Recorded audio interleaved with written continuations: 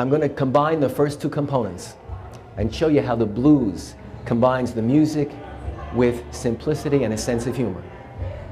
There's a phrase from the Bible, Matthew 25:29, and I have to read it because I can't memorize it. For everyone who has will be given more, and he will have an abundance. Whoever does not have, even what he has, will be taken from him. What does that mean? Lots of interpretations. Leave it to the blues singers to simplify it and put some humor into it. In the 1940s, Billie Holiday came up with a song called God Bless the Child. She said, them that's got shall get, them that's not shall lose. So the Bible said, and it still is news. You understand it then, right? Then Ray Charles came around, and he wanted a better explanation. He said, that old saying, them that's got is them that gets, something I can't see. If you got to have something before you can get something, how you get your first is still a mystery to me, okay? So that's Matthew 25:29. So what's the difference between the haves and the have-nots? What is it that them that's got really got? And 95 to 99% of us think it is money. And I'm going to disprove that right away. Because if it were money, how come huge percentages of football players, with the exception of Charlie McMahon, I'm talking about the millionaire football players, they lose all their money. The basketball players, multimillionaires, huge percentage end up broke. The lottery winners, forget about it. They're either killed or they lose all their money, okay? Entertainers, do I have to tell you? So if them that's got shall get, these people had millions and they not only didn't build, but they lost it all. So it can't be money. Conversely, if them that's not shall lose, if that's money, how do you explain the people who've lost everything that came back again? Like George Foreman, Donald Trump, Abraham Lincoln. You know, George Foreman lost everything to the point where he thought he died. He lost all his money, he got beat up so bad, he thought he had died, and then he found God and made a comeback. I mean, he made more with that grill than he ever made in all his fights combined. So, you know, when they lost the money, that didn't mean that they lost what them that's God got. So what is it exactly that them that's God got? And I'll run through this. Basically, it's things like purpose, self-belief, passion, courage, and character. It's what's up here. It's how they program their success GPS. Okay?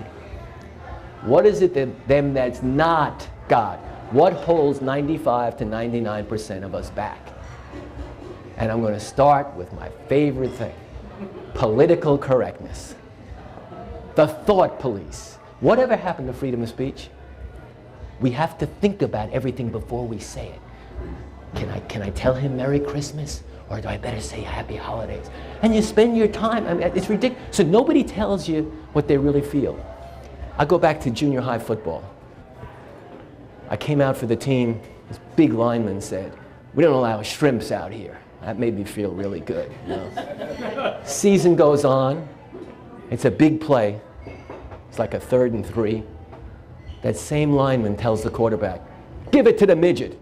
Made me feel great. I won him over, okay? Now, today, they'd arrest him for this, right? Today, he'd have to say, "Excuse me, but do you mind passing the pigskin onto the vertically challenged individual of Hebrew persuasion?" To which I would respond, "You talking to me, fatso?" I really think that political correctness is really killing us. The next thing is class envy. Where did this come from? I grew up, if somebody had something I wanted, I didn't want to take it from him. I wanted to know how he got it. I wanted to emulate that person. Today we're taught to envy that person. He had to get it illegally. You know? This anti-exceptionalism thing.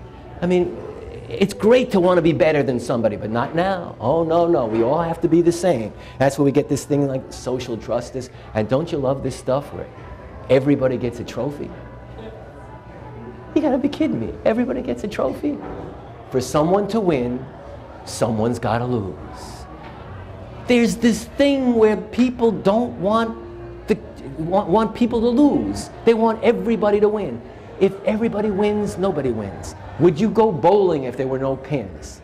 Would you play cards if every card was a 2 of clubs? Why do you have kids play in leagues where they don't keep score?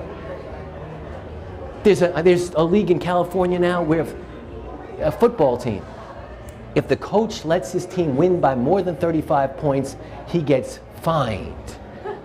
It wasn't that long ago. Remember the Buffalo Bills came to town against the Houston Oilers and were losing 32-0 at halftime, and they lost their first string quarterback. Jim Kelly couldn't go, and with a second string quarterback, they came and they beat the Oilers. I don't know who this league would have sued then, you know, but we're teaching our kids to give up or give in. You got to teach them to give it your all. So I have a real problem with that. Now some of you will say, well, what about win-win situations? Well, I believe in win-win situations. But what is a win-win situation?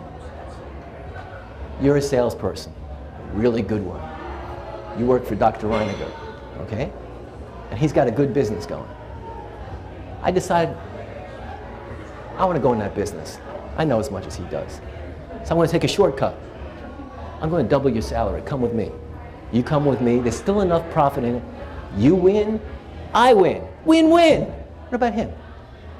No such things. Somebody's got to lose, okay? So that's nothing but 2 against 1. That's what win-win is, okay?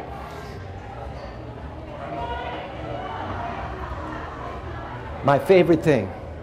Can somebody explain to me what Occupy Wall Street is all about? It's still going on. Mostly kids, but the 99% proudly proclaiming, we have nothing, we don't want to work for anything, we want to take it from the 1% who must have stolen it in the first place. What is that? And the press covers that favorably. What has happened to our country? I mean, again, don't envy if you like what somebody else has. Why don't you ask that person for advice? Or copy that person. Don't envy that person. That's not going to get you anywhere. This is an example of follow the follower philosophy. Once again, you go along with the masses, and 95 to 99% of the time, you're going in the wrong direction.